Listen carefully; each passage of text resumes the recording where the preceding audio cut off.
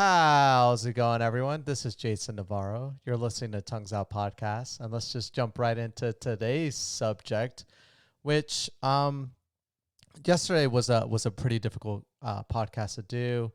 Was a difficult day just in general. It's been a difficult couple weeks actually, but today I want to talk about something more positive. Luckily, there's this roller coaster of emotions and things that can happen personally, and positivity tends to be the place that I like to stay in most of the time. 2020 has been a very challenging year, a big blessing of a year as well. I think if you listen to the podcast at its originality or from its origin, you could definitely see that. And you'll have to excuse that as we've gotten closer to now, the podcast seems to be getting into more of a darker place, and that's my fault. It's my fault for putting it that way.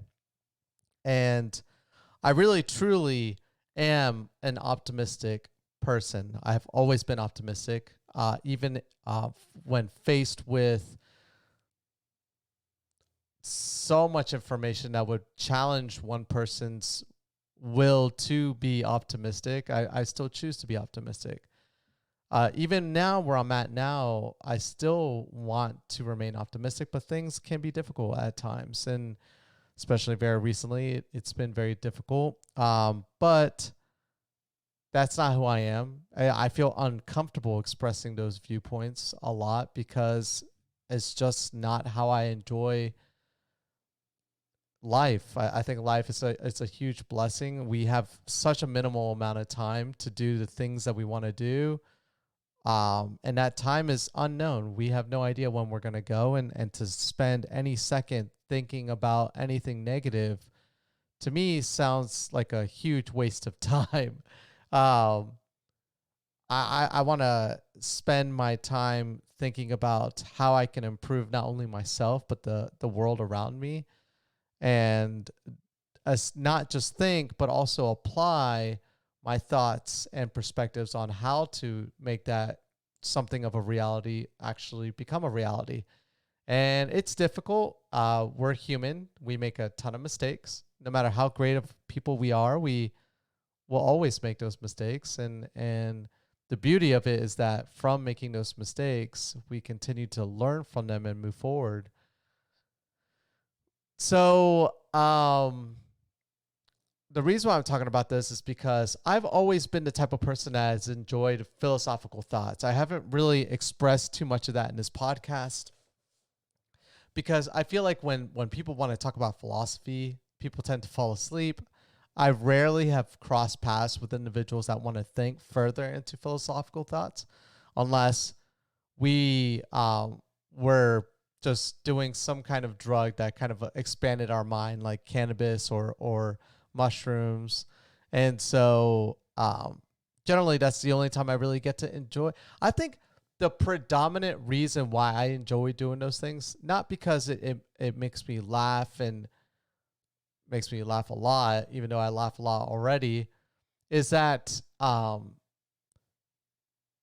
for a short while, I get to enjoy that the people around me that are doing the same thing are going to entertain some deeper thoughts, things beyond what we allow ourselves to think about on a day-to-day basis, because life is challenging, life is difficult. You know, people's personal lives have a lot of obstacles that get in their way of thinking about deep subjects, but I really do enjoy talking about deep subjects. And so I recently, I think it was like a week and a half ago, my wife introduced me to this series, and it's on Netflix, and it's called The Good Place. And I really enjoy this series. I really do. I don't really enjoy too many. What are those considered sitcoms? I guess they're called sitcoms. I don't really enjoy too many. The one I had that has always been my favorite for a long time was How I Met Your Mother. I think I'm a perfect mix of all the male figures in that series, all in one. Hopeless romantic slash for a long time was like a womanizer slash a family man. Like the different structures of those men's lives, Ted Mosby, Barney Stinson, and Marshall. Why am I forgetting your last name, Marshall? Erickson. Whew. I would have failed a how I met your mother exam right there. But yeah, it's funny to see how my life has fluctuated in a way where I can see myself in every one of those men's shoes.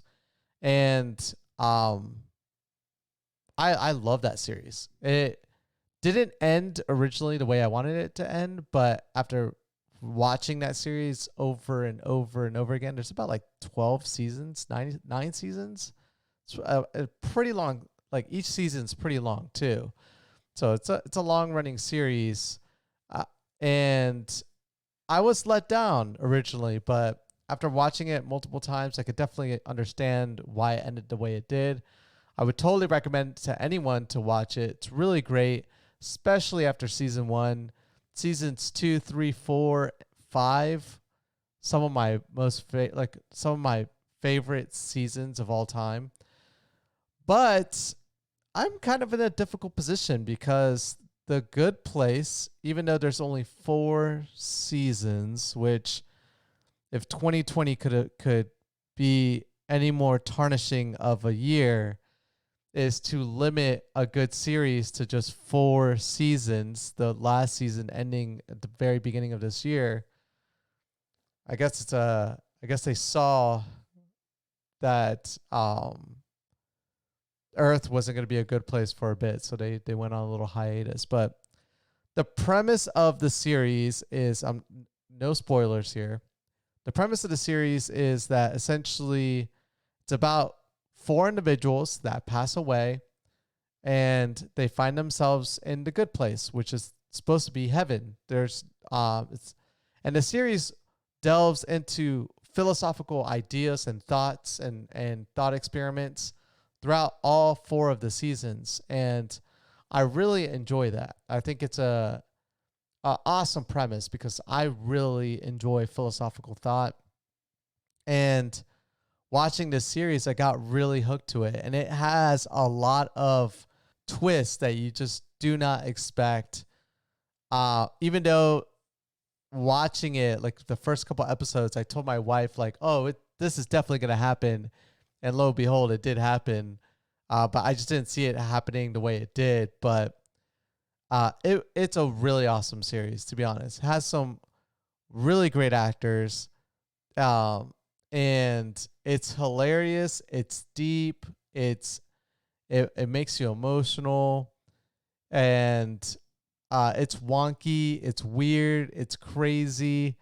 It's so much fun, and it's saddening to know that we stopped on the 10th episode of the last season. We have 3 more episodes to watch, and I really don't want to watch it because I know it's going to come to an end.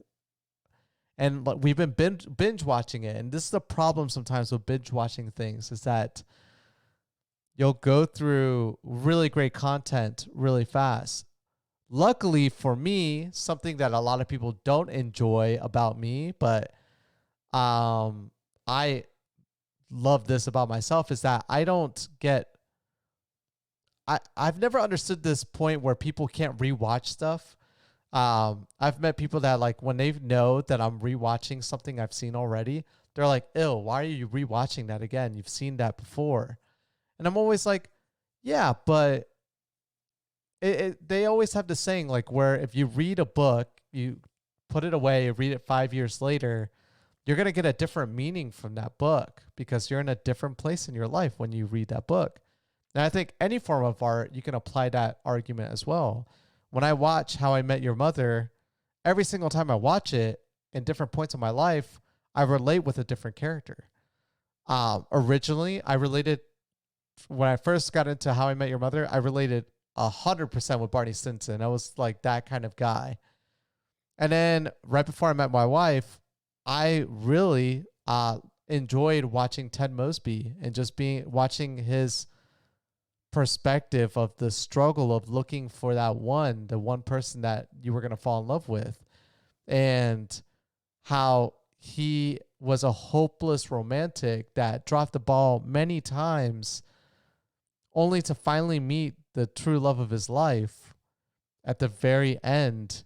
And I really enjoy that. And then now, being a family person, when I watch it now and having my daughter and having a family now, like I get to see like Marshall's perspective on things and how really silly I am as a dad. Like I'm not, my morals are there, but how I am and how I act is so different. It's a rejuvenated in like it's a rejuvenated intellectual child that I've become. Like an that is guiding and informative and doesn't want to miss a second with their kid. And honestly, my daughter is my universe now. And I can't imagine a life at all without her in it. And so when I watch that series, different episodes impact me differently. I still enjoy the ones that I've enjoyed in the past, and I can reminisce of past experiences by looking at some of how these characters act. But it's great to just get a different level of emotion watching that series. And I know when I finish The Good Place, that when I choose to rewatch it again, which is probably going to be in like a month or even less, um, I'm gonna enjoy it again for what it is or how it impacts me at that specific time point in my life.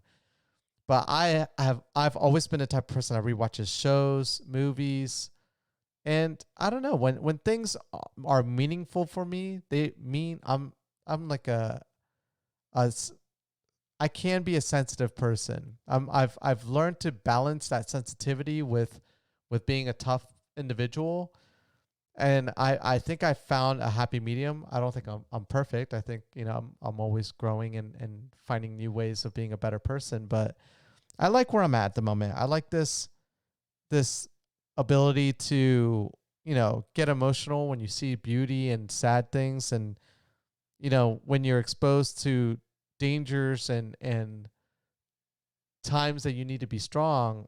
I can do that as well. Not physically. I'm talking about like emotionally and um yeah, just like emotionally I could be strong or I could be very weak at the same time. And I that's one of the things I that I enjoy. Like when things are meaningful to me, they are impactful for me, and I don't lose sight of them. I don't know how people can watch things that they enjoy and then just move to the next thing and not really reminisce and let that savor, um and not try to absorb as much content from something that you've truly enjoyed. I don't know. Anyways, um this podcast was originally supposed to be about how sad I am to know that in 3 episodes I'm going to be done with The Good Place. It is a phenomenal series. Please watch it. It's on Netflix. It is really great. It's really adorable, funny, wonk, like literally how I said before. It's just like the most wildest series ever.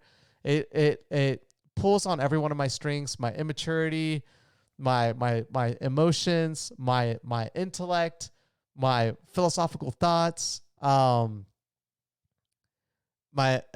investment into ideas.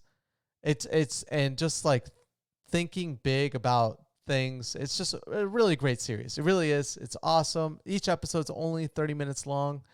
There's about 13 episodes in each season. And so honestly, if you do and we've like maybe watched like 3 episodes a day. And so that's why we're almost done with it. But if you just do 1 episode a day, it could last you at least, half a year, which you're going to be tempted to watch every episode. I promise you. It's like that good of a series. But anyways, thank you guys so much for listening to today's podcast. And as I move further into this podcast, I really do want to go back to the message of just enjoyment, having fun. And look, we all have difficult moments in life, including myself, but I am doing a disservice to not only myself, but to everyone else when I expose